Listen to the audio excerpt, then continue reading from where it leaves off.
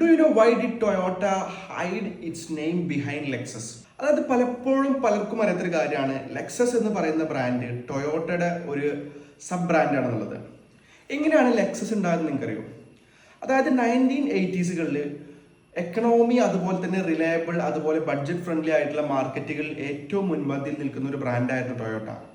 പക്ഷെ അവർക്ക് അമേരിക്കൻ മാർക്കറ്റിൽ ആ ഒരു ബ്രാൻഡ് വെച്ചിട്ട് അവർക്കത് പിടിച്ചടക്കാൻ പറ്റുന്നുണ്ടായിരുന്നില്ല.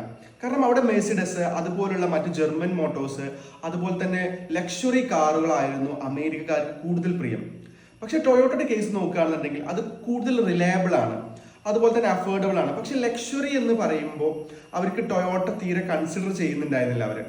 ആ കോമ്പറ്റീഷൻ മറികടക്കാൻ വേണ്ടിയിട്ട് ടൊയോട്ട അവരുടെ തന്നെ മാർക്കറ്റിംഗ് ഏജൻസി ആയിട്ടുള്ള സാച്ചി ആൻഡ് സാച്ചി ഉണ്ട്, അതുപോലെ തന്നെ ഒരു വേൾഡ് മാർക്കറ്റിംഗ് ഏജൻസി ആയിട്ടുള്ള ബ്രാൻഡിങ്ങും അതുപോലത്തെ ചെയ്യുന്ന ഒരു ഏജൻസി ആയിട്ടുള്ള ലിപ്പിംഗ്കോട്ട് ആൻഡ് മാർഗിലസ് എന്ന് പറയുന്ന ഒരു ബ്രാൻഡിങ് ഏജൻസിയുമായിട്ട് ടൈപ്പ് ചെയ്തിട്ട് അവർ ഏകദേശം ആ ഒരു അമേരിക്കൻ മാർക്കറ്റിൽ ഒന്ന് ഇൻജക്ട് ചെയ്യാൻ വേണ്ടിയിട്ട് അവർക്കൊരു പ്രത്യേകമായിട്ടൊരു ബ്രാൻഡ് തന്നെ ബിൽഡ് ചെയ്യണം. ആ ഒരു മാർക്കറ്റ് ക്രാക്ക് ചെയ്യാൻ വേണ്ടിയിട്ടാണ് ഈ ഒരു പ്രൊജക്റ്റ് ഉണ്ടായിരുന്നത്.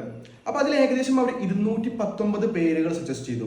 അതിൽ നിന്ന് എടുത്തൊരു പേരായിരുന്നു അലക്സിസ് എന്ന് പറയുന്ന പേര്. പക്ഷെ ഈ ഒരു പേര് ഒരാളുടെ പേരുമായിട്ട് അല്ലെങ്കിൽ ഒരു വുമൺ പേരുകളുമായിട്ടോ അതുപോലെ തന്നെ അന്നത്തെ ഒരു മെയിൻ സ്റ്റാർ ആയിരുന്ന ഒരാളുടെ പേരുമായിട്ട് സാമ്യം ഉണ്ടായിരുന്നു. അപ്പൊ അതിനെ ഒന്നുകൂടെ ലക്ഷറി ആക്കാൻ വേണ്ടിയിട്ട് ലെക്സസ് എന്നാക്കി. ഇതിന്റെ പിന്നിൽ വേറെ ഒരു കഥ കൂടെ ഉണ്ട്. പലരും പറയുന്നുണ്ട് ലക്ഷറി എക്സ്പോർട്ട് ടു US, അല്ലെങ്കിൽ പലരും പറയുന്നുണ്ട് Lexus that means luxury for US.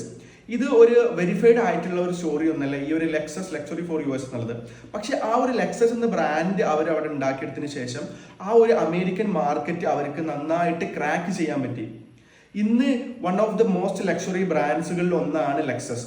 So ഒരു ബ്രാൻഡിങ് അല്ലെങ്കിൽ അതിൻ്റെ ഒരു പേരിന് പോലും എത്രത്തോളം ഇമ്പോർട്ടൻസ് ഉണ്ട് എന്നുള്ളത് വളരെ നമ്മൾ സൂക്ഷിച്ച് നോക്കേണ്ട ഒരു കാര്യമാണ് മാർക്കറ്റിങ്ങിൽ. കൂടുതൽ മാർക്കറ്റിംഗ് സ്റ്റോറീസിന് വേണ്ടിയിട്ട് ഫോളോ ചെയ്യാം.